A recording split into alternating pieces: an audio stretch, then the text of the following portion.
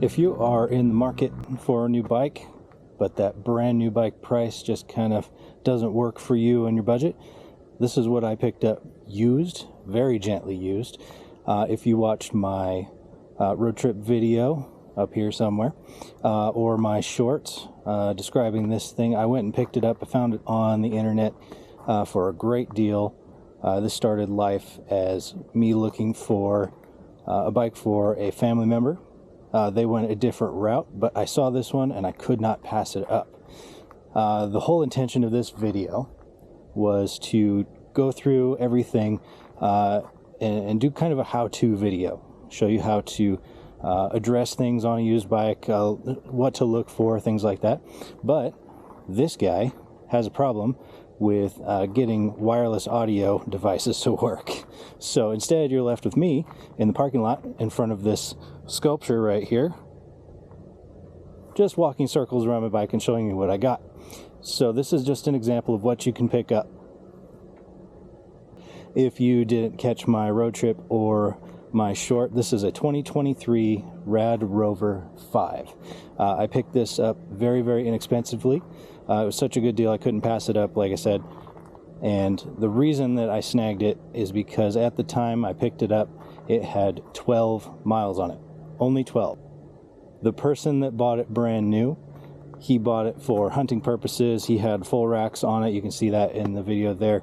And he intended to use this for hunting, for going out in the woods, and he had racks on it for his guns. He was going to hook up a full trailer setup.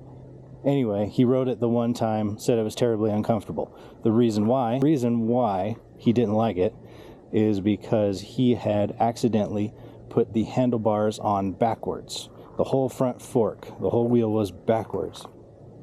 When they ship you these bikes, they ship it with the fork turned all the way around, and he just put the handlebars on it. So the handlebars were sitting in his lap, the front wheel was backwards, the whole geometry of the bike was off. And because of that, he accidentally had a little crash. We got some scratches here, got a little ding right here on the controller box. There's scratches all over this side. The derailleur guard was bent in, but everything is good behind it. When I picked it up, this bike had 12 miles on it, like I said. It was brand new. He charged it one time, rode it one time, crashed it one time, and when he got home, he put it in his shed and forgot about it until it was time for him to move, and he wanted to sell it, be rid of it. So I was able to pick it up for a good deal. It was on the internet for a hot minute. Things I was going to show you in the video, the how-to, was how to get the derailleur set up properly, how to adjust the brakes, what to look for in the battery, things like that. Anything that I changed on this bike was simply just removing all the racks, the fenders and everything. I took that all off. I did throw on a suspension seat post that I had lying around, and I swapped out the saddle. The Rad saddle was not that comfortable for me, but I had the spare E-Cell saddle from my 5-star. That is much more comfortable. If you're not familiar with the Rad Rover series, this is not the first fat tire e-bike. This is just the first one that kind of brought it into the mainstream, that brought, e-biking to the masses. This thing is an adventure bike.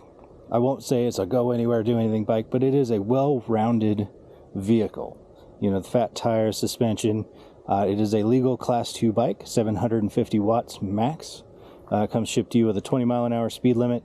The only thing you can adjust on here is to crank up the top speed limit, but the 48-volt, 750-watt combo does not allow you much beyond that 20. If you're like me, larger rider, you're only going to get maybe 22, 23 downhill. The reason that I like this bike is because it has been around so long. There are so many of them on the road. These are so upgradable. They are made with off-the-shelf parts. The Shimano drivetrain, the motors, the controllers, the forks, everything is incredibly upgradable. Everything is easily changed. They're super easy to service. And on top of that, they are very, very reliable out of the box. As is, it is completely fine. There is nothing you need to change on this bike. However, buying a used bike, any bike, you have to scrutinize it and make sure you go through it. Check every nut and bolt. This is the thing I wanted to video originally, was the how to go through each and everything, test it, make sure everything's good. One thing that I did find on this bike is the pedals. One of them was cross-threaded very, very badly into the crank arm. The pedals, the bolts here are steel, crank arms are aluminum. You cross-thread steel into aluminum, you tear things up. No big deal. Those crank arms are 25 bucks. I can have one of those ordered and have it shipped to me, and I can replace that in a heartbeat. Pedals I might swap out for something a little more grippy, a little wider. So this is my new trail bike. I'm going to go ahead and tinker with it. This is going to be a fun project. I might leave it as is, just tear it up. I might actually go through and start swapping parts. I haven't really decided. If you have a Rad Rover, or if you know somebody that has and you've done anything, let me know down below what you've done.